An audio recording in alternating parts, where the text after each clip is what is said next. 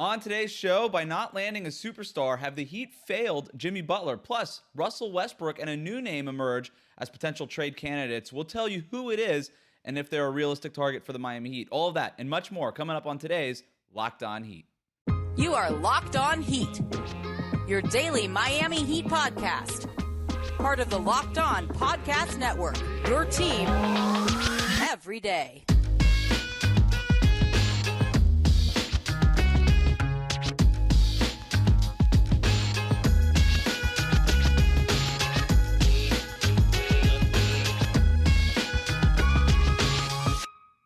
Okay, welcome to today's episode of Locked On Heat, your daily podcast covering all things Miami Heat. However you might be tuning in on YouTube, Odyssey, or your favorite podcast app, thank you for making Locked On Heat your first listen every day. I'm Wes Goldberg, joined, as always, by my co-host, David Ramil. And today, we have 5 burning questions. We're going to talk about Russell Westbrook. We're going to talk about Kyle Lowry. We're going to talk about a mysterious trade candidate, perhaps down the road.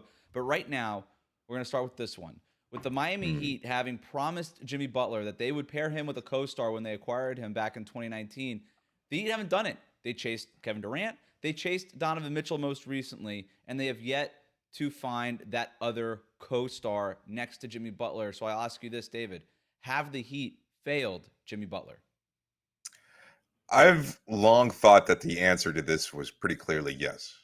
In a strange offseason, obviously, with the constant rumors and everything, the oh so close acquisitions of Durant and Mitchell, and after falling just short last season of another trip to the NBA Finals, the easy answer was yes, because Jimmy had to do so much during the offseason. He was the team far. He was the best player in the playoffs, to be honest with you.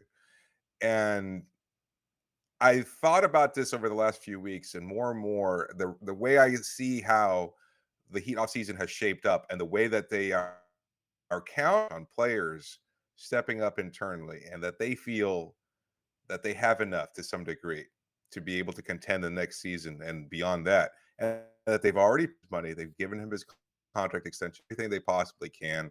They weathered the storm this season, past regular season, with the fight and everything else, the altercation. They swept it under. They've done everything they possibly can. I'm completely shifting in my mindset about this. I think, no, they have not failed him. They've done everything they possibly can to make his life easier, to give him an opportunity to shine, to be able to market himself, to be able to build his brand off the court.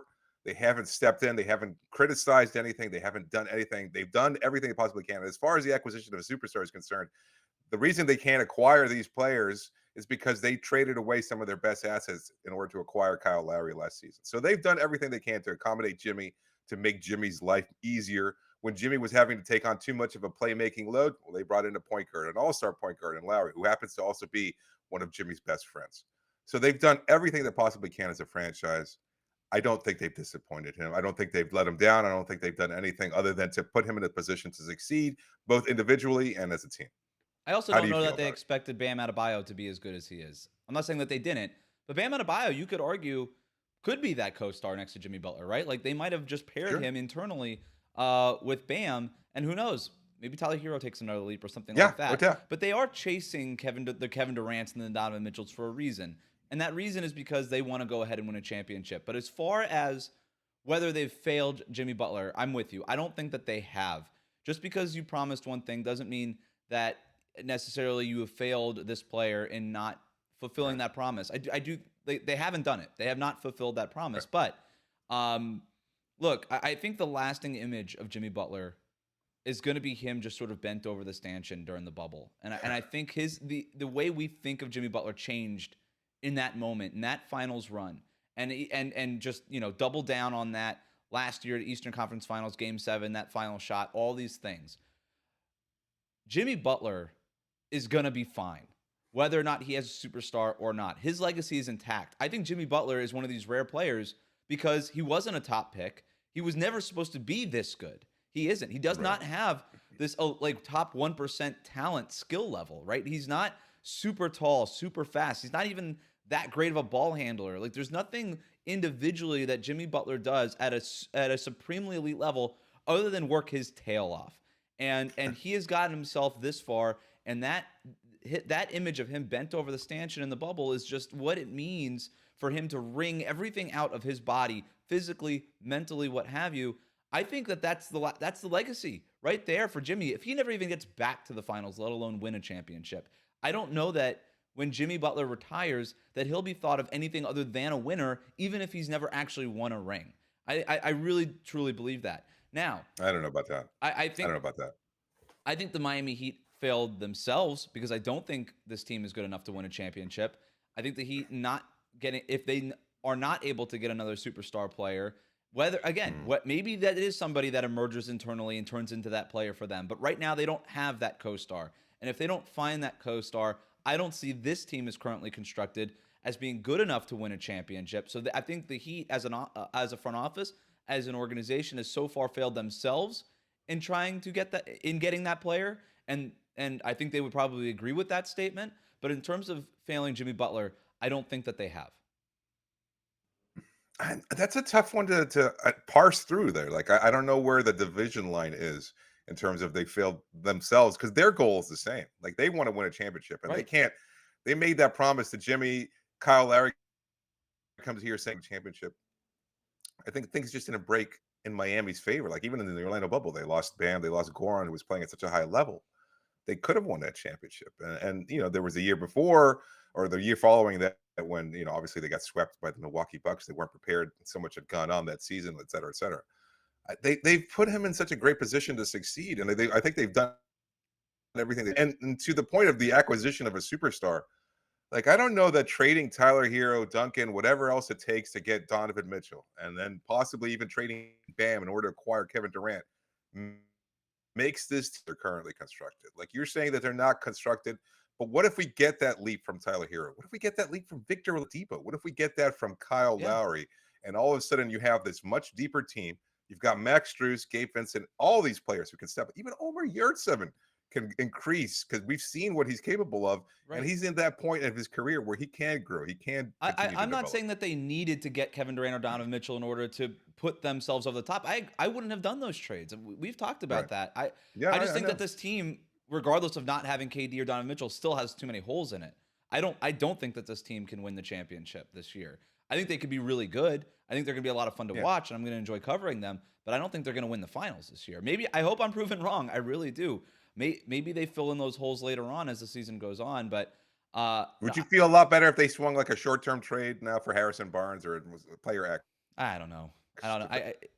It all comes down to what it is that they give up, right? I mean, I would be happier if they went out and did acquire a real power forward and had one on the roster, whether that's free agency or whatever. I mean, it's still a team that has an open roster spot but doesn't want to enter the luxury tax, right? And I don't know what power forward is really out there that could make a difference at this point. But that said, there are moves that this team can still make. Sorry, we should know. We didn't talk about this in yesterday's episode, but obviously during our break, my signing with the Philadelphia 76ers. So shoring up, providing some of that front court depth for them too. So it's going to be and they were obviously, we talked about that recently too. So one less name available for Miami to pursue. There's still a name available for Miami to pursue if they wanted to go down that route. That's Russell Westbrook, and that's what we're going to talk about next here on Locked On Heat. But first, today's episode is brought to you by Built Bar, our good friends. And if you haven't tried Built Bar Puffs yet, then you're depriving yourself of one of life's greatest joys. And guess what? There's a new flavor. Are you ready? It's delicious, indulgent cookie dough covered in chocolate. That's right. Built has done it again. Let me introduce you to your new favorite. Cookie dough chunk puffs have a light and chewy texture and real cookie dough chunks. And of course, they're covered in 100% real chocolate. All of the joys of eating cookie dough without the hassle of having to make it. Plus, it's good for you. Cookie dough chunk puffs are only 160 calories and they have a whopping 15 grams of protein. So run to Built.com to snag a box for you and the family. It's the perfect treat, or you can find a really good hiding place and just hoard them for yourself. Like all Built bars, the new cookie dough chunk puff is covered in 100% real chocolate. That means they're healthy and tasty. Chocolate-covered cookie dough with a light, fluffy texture. It's delicious. What's great about Built is that all of their bars are made with collagen protein, which your body absorbs more efficiently and provides tons of health benefits. So eat something that tastes good and is good for you. You're going to love the new cookie dough chunk puff, whether you need a snack for your workout, a late night treat, or just need to grab a quick bite. Built is the perfect protein bar, and they taste better than a candy bar. Ditch the calories, ditch the fat and the sugar. Grab yourself a Built bar. Go Go to built.com, use the promo code LOCKEDON15 to get 15% off on your order. Again, use that promo code LOCKEDON15. 5 burning questions here on Locked On Heat. Let's move to this one about Russell Westbrook. On the heels of this Rick Bucher report, David, that he spoke with other NBA, and I use that term generously. Bucher spoke apparently with other NBA executives who floated the idea that perhaps the Miami Heat could be a landing spot for Russell Westbrook. Of course, Westbrook thought to have, according to other reports, might have been in the mix in that Utah Jazz deal that sent Donovan Mitchell to what was supposed to be the Knicks. You might have had some other pieces going to the Lakers in exchange for Westbrook and draft picks, and then Utah probably would have bought out Westbrook at that point. And we've heard Westbrook being tossed around in similar deals. Indiana, would they do Turner and Hield for Westbrook, and then they would buy out Russell Westbrook? It doesn't seem like Russell Westbrook has a taker right now. Bucher's talking to some people. We got to find a name for this kind of report, David. It's like the over the beers, throw it at the wall report. It's just I've said this before. Maybe he's like dropping acid, right? Is that possible? Like he's like maybe he's like tripping balls at some fucking NBA events. Pardon my French. I just don't care what other NBA executives like. If this is just gossip, like I don't really care. We have seen, and this is not just Bucher, but we've seen this reported all around. Like during silly season, one NBA executive floats the idea that this happens. Literally means nothing. It just means two people talking. That's why I call it like the over the beer sort of shotgun report, because it's just like two guys sitting at the bar getting on the trade machine together. That's all this is. That said, it's worth bringing it up as a question, since there doesn't seem to be an obvious landing spot for Russell Westbrook. What would you think about Russell Westbrook being on the Miami Heat? Well, it feels like we're taking a time machine back to 2019, because we're doing this thing before we were having these conversations before Jimmy Butler came to the team. We're right around the same. I think the Houston Rockets were looking to move him, and well, obviously it never worked out that way. I just don't see there's any chance of acquiring Russell Westbrook for many reasons, not the least of which is the fact that he's getting paid a whole heck of a lot of money. It would take a lot in salary to acquire him, and I know it would be Lowry and Duncan the other Robinson end of that conversation. That would be the deal. It's the only construction that makes any sense. And then you'd take in Westbrook and perhaps even 2 first-round picks. I know that's kind of the rumored deal in order to sweeten any kind of acquisition of Westbrook. Would it be worth it for you? That would be the deal, right? You're not doing it for Westbrook. You're doing it for the draft capital. I don't know that you would get both picks. If the Lakers weren't willing to trade both picks for Buddy Hield and Miles Turner, which is easily a better fit for them than Duncan Robinson and Kyle Lowry, maybe you get one. Maybe you get one of those picks. So let's make that the deal. Let's be more specific here. Westbrook and one of those picks. Take your pick, 2027, 2029, doesn't really matter, a future Lakers pick. Would you do that to get off of the Duncan Robinson contract and either swap out Lowry for Westbrook, or just do that deal, start Gabe Vincent and buy out Westbrook? I don't know. No. I wouldn't do it either. I would buy out Westbrook. Oh boy, that's a lot of money to stretch there. No, there's no chance. I just don't see it. It's not that he's a bad fit. I don't think anybody questions it. That's the conversation of Westbrook has changed so dramatically over the last few years, because the ball is not in his hands the way he once was. He's not once was. And those two things kind of change how everybody talks about Westbrook, because he's just so ineffective now. He's not good. He has his moments, right? And no one questions his work ethic or his determination. No. He's still a force out there. He's just, the shot's not falling. It has never been all that consistent, but he was able to pepper in a couple of those, what do they call them? The cotton shots. That's what his nickname for him was. And along with those, incredible drives to the basket, everybody remembers that incredible athleticism and the rebounding and everything, the assists and everything else. I mean, he's still a complete player. He's just not as good as he once was. And he's not as athletic. He can't shoot. Right. And he's not willing to adjust his game. That's the big thing. It's not the work ethic people question. It's the mentality. No. It's the self-awareness. Now, I think it's a terrible fit, and I wouldn't do it. And I wouldn't do Bucher mentions over the beer there that the executive, Miami feels like they can fix anybody. Do you think the Heat feel that way? Because I really don't. I'll tell you this. I don't think that they would trade for Westbrook at $47 million, even if it meant getting the draft picks. But if Westbrook goes to Indiana and then gets bought out, or Utah and gets bought out, and he's just out there available for the minimum or whatever it is, I think the Heat would kick the tires on Russell Westbrook. And I still don't think that they would do it, just given the amount of usage and the distraction that could potentially be. And again, Westbrook's not going to suddenly become a three-point shooter. He's not going to be a good jump shooter all of a sudden. He's not going to suddenly be good at defense. Like, it's just not going to happen. He's not a good fit on this roster. Even the idealized version of him that the Lakers were trying to get, even if he were to be that, he's not a good fit on this roster. And so I don't see it happening. Even if they think that they could get something out of him, whatever they would get out of him, I don't think is what they need. And so I think they would try to look in a different direction. Let's just move on to another target. Either. True Hoops David Thorpe wrote this week that OKC's Shai Gilgeous-Alexander might be the next big star on the trading block. David, could SGA be the star that the Heat have been coveting? And before I get your answer there, just to give some context to this, SGA, awesome young player, 20 plus point per game scorer. He can average 25, 27, 29 points per game, I think, pretty easily. Good defender, very good ball handler, really underrated passer, I think. Ton of upside.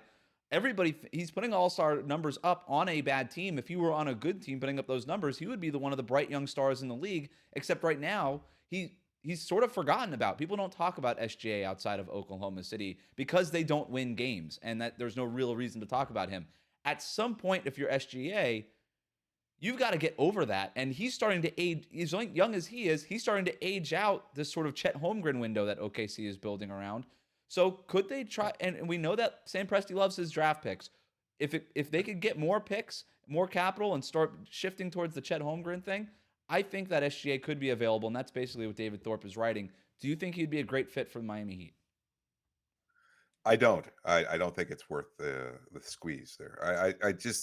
I like his game. I think you brought up an interesting point there about his point production and things of that sort. And yes, part of the reason why he's as productive as he is because that team is so bad. Somebody has to score the basket. He just happens to be the best player in a really bad team that's been clearly rebuilding. Now, I could see him, as far as the rationale as to why he's going to be that next name available, he's at that point, right? He signed this huge extension. He's getting paid a whole heck of a lot of money. He's going to get paid a lot more than Tyler Herro is over the next few years. Yeah. Having said all that, I kind of get frustrated. Like, he did not know they were 2 years away from, making a playoff run with Chris Paul, et cetera. And later he's going to ask for, a trade. I think that seems likely at this point. That's the rumbling. Yeah. Having said all that, I don't think Miami even kicks the tires on a player like Gilgeous-Alexander. I don't think it's worth it. I don't think up in order to acquire him, what they'd have to pay him over the remainder of this extension is not worth it. He's a fine player. I like his game. I like his ability to get to the line. That's basically the only area in which he's better than Tyler Herro. He's quicker, better ball handler, perhaps, yes, and he can get to the line. He's a much better passer. I mean, this is a guy that's averaging 25, 6, and 6. Basically, he's shooting Tyler, I don't care from 3 over his career. Look, yeah, he had one good year where he was shooting 40%. He shot 30% last year. Like, I'm not convinced. He's an 80% from the. He's not yet. He's a good player in a bad team, and we love talking about the free throw line. I think there's enough there. He's a much better defender than Tyler Herro would ever be, and I actually really like the package of him and Herro. I like that combination of him and Herro together in the backcourt. If you're able to keep Tyler Herro, I wouldn't trade Tyler Herro for Shai Gilgeous-Alexander. I'm with you on that. If you could find a way to. Okay. Yeah, no, I don't think that's the whole thing, right? Like, what would it? Yeah, I don't think the Thunder want Tyler Herro. Why would they want the same thing with SGA? Like, if you're going to move off of SGA because you're paying him, why are you going to pay Tyler Herro $20+ million a year? Like, just 2 years younger? I don't know. Timeline? You're saying that they wouldn't even kick the tires on it. I think there would be a conversation because I think that is the kind of player that pairs well, theoretically, with Tyler Herro in the backcourt if you wanted to make that the backcourt of the future. I don't know that they do. I don't know that they want to do that. It's not a perfect fit. I'm with you there because if you still have Jimmy Butler, who knows if you still have Kyle Lowry? I guess you wouldn't at that point. You'd probably be moving away from Lowry into an SGA, Tyler Herro, Jimmy Butler sort of perimeter combination. But I think he's really good. I think I'm much higher on SGA than you are. Like, how many All-Star games do you think, if he ever makes his way to a winning team, and who knows what that actually means, but general ballpark winning team, not tanking all the time like Oklahoma City is. Like, how many All-Star games do you think is realistic for him in his career? As many as Tyler, 2. Okay. He could be a multi-time All-Star. And if that's the case, then I don't see why you're paying. I think Tyler's a much better shooter. I think this team, I could see the idea of I think what it boils down to, from my perspective, is that OKC would want Herro over Gilgeous-Alexander. And if you're going to be trading away Tyler, then I don't Yeah. think that Gilgeous-Alexander is such an improvement that he's Yeah, no you're deal. willing to make that deal. Now, if you could somehow find a way to shoehorn him, at paying him what 30 something plus million per year, He's that's a 24. lot of money, It's man. right in the same That's a window lot. as Bam and Tyler. I think they would at least look at it. But yeah, I'm with you. I am ultimately, if it costs Tyler Herro, I'm not doing it. And that's not just to say like I think Tyler Herro is the next superstar in the league. It's just to say it's not going to just be Tyler Herro. It's going to be Tyler Herro and a couple, at least 2 or 3 unprotected picks, probably something in that realm. Like I'm looking at like the DeJounte Murray package. But then again, like, Atlanta got DeJounte Murray for Danilo Gallinari salary filler and 2 unprotected picks, 1 Yeah. lightly protected pick, and a pick swap. That's a lot. That's still a lot to give up, but they didn't have to give up on any of their young players. Well, in a piece written for I don't know, I think this is Sports Illustrated's Fan Nation site, Inside the Thunder, basically. They're talking about it. They talk about Gilgeous-Alexander's proposed trade value. And he thinks, the writer thinks that Sam Presti, the general manager of the Thunder, would want a deal similar to Mitchell's. Okay. All Miami right. can offer that, right? Okay. Like, good luck. It's not surprising to me the Thunder fan wrote that. That's not what you're going to get for SGA. You got to do it on a good team. Donovan Mitchell did it in the playoffs several times. He's one of the great playoff scorers of this generation. That's not an opinion. That's a fact. Just look at the numbers. SGA. Well, he hasn't put up heard big anything. numbers during the bubble when he was with Chris Paul. So One maybe playoff that's run. the rationale there. One playoff run. All right. Good luck, Thunder fans. All right. Let's move on. The Heat are banking on internal growth if they're going to get anywhere close to what they were able to do last season, this upcoming season. That's what we're going to talk about next here on Locked On Heat. LockedOnHeat@gmail.com, on Twitter @LockedOnHeat, and on Instagram @LockedOnHeat. Tell us what you think about the show and our new look in the YouTube comments. If you're watching on YouTube, like and subscribe. Thank you very much. With the roster seemingly set, the Heat are clearly banking on a lot of internal growth if they're going to be anywhere close to what they were last season, not just because they lost guys like PJ Tucker, but also because the rest of the East has gotten much better. We talked about that on yesterday's show. But which Heat player needs to step up the most for the Miami Heat to be successful this season, David? There's a lot of options there, right? Yeah. You could look at some of the role players like Vincent Strus, somebody along those lines stepping up. Even Caleb Barton, who seems slotted to start at the 4 to start the season. So we'll see how that experiment goes. But I think the answer is Tyler here. I'm expecting a lot of Kyle Lowry, and yet the nature of his game has always been that he's just going to be setting the table for everybody else. And as long as he can continue to do so at a high level and be active out there for 65 games more or less, and around that window, and as long as he can stay healthy in the playoffs, that's enough. Like he'll play defense at a high level, he'll pass the ball, he'll facilitate, he'll do what he does well, knock down a couple of threes. That's fine. As long as he can average close per game and about 7 assists per game, I'm fine with what Lowry produces at this point in his career. But Tyler Herro needs to be that player who takes that leap. We're talking about Gilgeous-Alexander. We're talking about Mitchell, Durant. Where's the next superstar going to come from? What if it's already on the roster? What if the next player is already there? And I think Tyler has as much chance as anybody. Like, I like what Victor Oladipo brings in terms of potential. And I've seen a lot of people think that Oladipo is going to start. And I just don't see it personally. I just don't think that fit alongside Jimmy and Bam, 2 non-shooters. I agree with you. Is going to be a great fit there. So I like him being able to lead the second unit, just have control, wreak havoc with defense, etc. Like, these are all things that he can do very well. Yeah. But Tyler needs to step up. I agree 100% with you. Look, if you look, what did the Heat need last year, right? They needed a guy in the Eastern Conference Finals to step up from a scoring perspective. That's what it was that they were looking for. And if not for, Tyler Herro maybe getting hurt in the semifinal round, if he doesn't get hurt, maybe Tyler Herro is that player for the Miami Heat in the Eastern Conference Finals, the one that they ultimately needed. So, and that's why they were chasing guys, to your point, like Kevin Durant and Donovan Mitchell. If you can find that on your roster, that extra shot creator next to Jimmy Butler, then maybe that problem isn't so much of a problem, and maybe the Heat are in the NBA Finals last year. Who knows? I'm with you with Tyler Herro, but just for diversity's sake, I'll give you another name, and it's going to be Bam Adebayo. And it's sort of the same idea, right?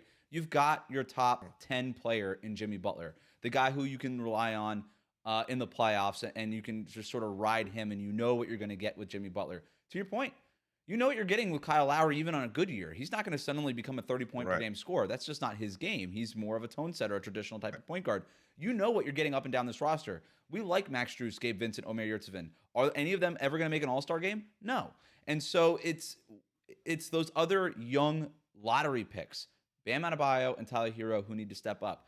I thought going into last season that for the Heat to win the championship, Bam Adebayo had to basically overtake Jimmy Butler as Miami's best player. That turned out not to be the case. I think Jimmy Butler was good enough to get the Heat there, but they needed more from Tyler Herro and Bam Adebayo from a scoring perspective. So while I agree with you with Tyler Herro, I think he is the guy. I also think Bam is going to have to step up in a meaningful way as well. Like Tyler, the way I quantify it the most is he's got to be able to get to the line more. Like that's a huge differentiator between him and the top scorers in the league. The shot is there. He's never going to have that elite burst, but as long as he can absorb contact and draw fouls more regularly, then he'll be much more effective. He'll just be more impactful in key moments. He can always rely on being able to get to the line, even if he's not able to get past that initial defender. So what does it look like for Bam to take that leap in your perspective? Take more shots, be more aggressive. We've seen him do it, David. We've seen him do it. We've seen him score 20-plus points in a game with 10 rebounds and 4 or 5 or 6 assists. We've seen him do it. It's the same sort of leap that Jokic took 3 years ago. And I don't know that Bam is going to be a 2-time MVP. Probably not. I don't think he has anywhere close to the natural offensive talent as Nikola Jokic, but he's a great defender. And if you could pair that elite level perennial defensive of the year defense with 18, 20 points per game on 15 quality shots, to use Pat Riley's number, that's what that looks like. But again, Tyler Herro, he's the scorer. He's that dude. That's his game. He needs to go out and be that. And until he becomes that, he's always going to be mentioned in these trade rumors, right? That's just the way it's going to be because the Heat need somebody to do it. Maybe it can be Tyler Herro. Let's move on to this one. This is a big season, as we just said, for Kyle Lowry. And Tim Hardaway recently telling the South Florida Sun Sentinel that Kyle Lowry needs to stop flopping in order to remain healthy down the stretch of the season. Of course, we know that Lowry was not healthy during the playoffs. So what do you think of Tim Hardaway's comments, David? I think he was trying to contextualize something related to the Heat that he could mention because I don't know why. I guess there's a comparison between having the point guard on the team currently, that Tim Hardaway can relate to. I don't think it has anything to do. Like the reason why he missed time last season had nothing to do with his flops or his ability to take a charge or anything like that, or his diving to the floor on occasion. That's not what the injury was. That's not why he missed time. Like we know there were personal reasons that really were. We know that he was injured. It had nothing to do with him flopping. If anything, isn't the rationale that Lowry has this, this big cushion in the back, the big caboose there that he can the contact? Yeah, he's got the big dumper so he can take the impact. I don't see it. I don't know why Hardaway's talking about Lowry to begin with. I don't know. Could he get less hurt if he weren't flopping? Yeah, I could see that, but also that's part of his game. You know what I mean? It's just he's going to flop his way to the Hall of Fame. You know what I mean? Like this is just what Kyle Lowry does. You take the flopping away, like that's how he provides rim protection. That's how he provides defense. I don't know. I keep the flopping. It's what makes him such a annoying player to play against. Take that flopping away. Nobody's annoyed with Kyle Lowry. He's not getting under your skin as a defender anymore. And so, yeah, keep the flopping, especially because PJ Tucker isn't around anymore. If anything, turn up the flopping. More flopping from Kyle Lowry. Yeah. All right, last question here, David. Last one. You were prepared for the other ones. This one's a surprise. I call this one weekend getaway. All right, so summer's almost over. According to some people, after Labor Day, it is over. But if you've been in South Florida, it does not feel like summer is over. We've got time for maybe one more vacation, one more weekend getaway before media day and training camp and the regular season begins. So I'm going to give you a choice of 2 different Heat-affiliated people, and you have to choose which one of those people you are going to take with you on your weekend getaway. Are you ready? Udonis Haslem or Duncan Robinson? Wow,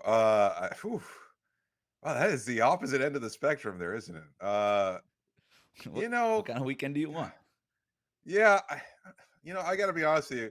I don't think UD's down with partying anymore. Like he knows it. He's Yeah. 40, plus. He knows it. He's not going to go out and have fun.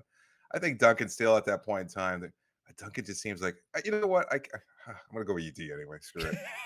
UD, you're basically gonna be spending the weekend with the mayor if you're walking around with Udonis Haslem. You're shaking hands. You're going to charity events. That's what he's doing now. You're gonna be feeding his dogs. I'm going with Duncan Robinson. He just seems chill. We're just gonna hang around, record podcasts together. I'm going with Duncan Robinson. I don't need that many errands to run. All right, next one. Jimmy Butler or Dwyane Wade? Jimmy. 100%. I don't want to. I don't want to be around Dwyane Wade fawning over Gabrielle Union every 5 seconds. Real or not, I don't want. I don't need to see that much PDA. Hanging out with Jimmy Butler looks like so much fun, but man, it seems also like a lot of work. It's like one day he's in New York, the next day he's in London. Yes. That's Personality too.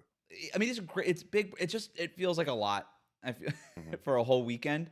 Yeah. I'm gonna go Dwyane Wade. He just hangs out on a boat. If him and Gabrielle Union are just making out in the corner of the boat, that's fine. That boat's big enough. I could find another part of that boat to hang out on. I'm going D Wade. He just seems a little bit more chill. All right, next one. Right. Eric Spoelstra or Pat Riley? Ooh, Pat, 100%. Yeah, it is. I hate to say it, but you're 100%. right. Pat's Yeah. no. I mean, suppose like getting up at 6 a.m. to go for a 10-mile run. It's like, no, thanks. Right. I mean, Pat, Pat at this point in time is not doing those things. He's certainly He's taking his he's listening convertible to Big Malibu Harrison. and Yeah. I like it. I'm with you. I think it's easily Pat Riley. I love to talk about basketball with Eric Spoelstra. But that seems to me like, who would you rather have a meal with? I actually might pick Spo over Riley, but a whole weekend, give me Riles. All right, Yeah. last one. Eric Reed or John Crotty? I agree. I'm going John Crotty. I think he could throw him back. Yeah, I'm sure about that. I just think I think Eric's just a little bit better of a storyteller. So he has more experience. I mean, the broadcast booth, I'm sure he'd share a lot more at this point in his career too. So it would be interesting to hear what he has to say over the course of the whole weekend. I don't know. That's a tough one. That is a tough one. Good question here. This is a good question. It depends. You're right. It depends on the weekend. Like if we're just sitting around over a couple like Miller Lights and just hanging out, I'd like to hear some Eric Reed stories. Play-by-play guys always have good stories. They travel a lot. Met a lot of people. Whatever. Either way. All right, that'll do it for today's 5 burning questions here on Locked On Heat. Thank you again for making Locked On Heat your first listen every day. Remember to subscribe wherever you get your podcast, as well as like and subscribe here on YouTube. If you're watching on YouTube, thank you. And also let us know in the comments what you think about the new look and feel of the show. Now, for your second listen, go check out the Ultimate Pro Football Preview 2022. It's an 8-episode extravaganza to get you ready for the NFL season starting this weekend. The local team experts of the Locked On Podcast Network, plus a betting angle from Lee Sterling of Locked On Bets, all combining, into one ultimate NFL preview. Search for the Ultimate Pro Football Preview 2022 on your Odyssey app, YouTube, or wherever you get your podcasts. Thanks for joining me, David. Got it, Wes.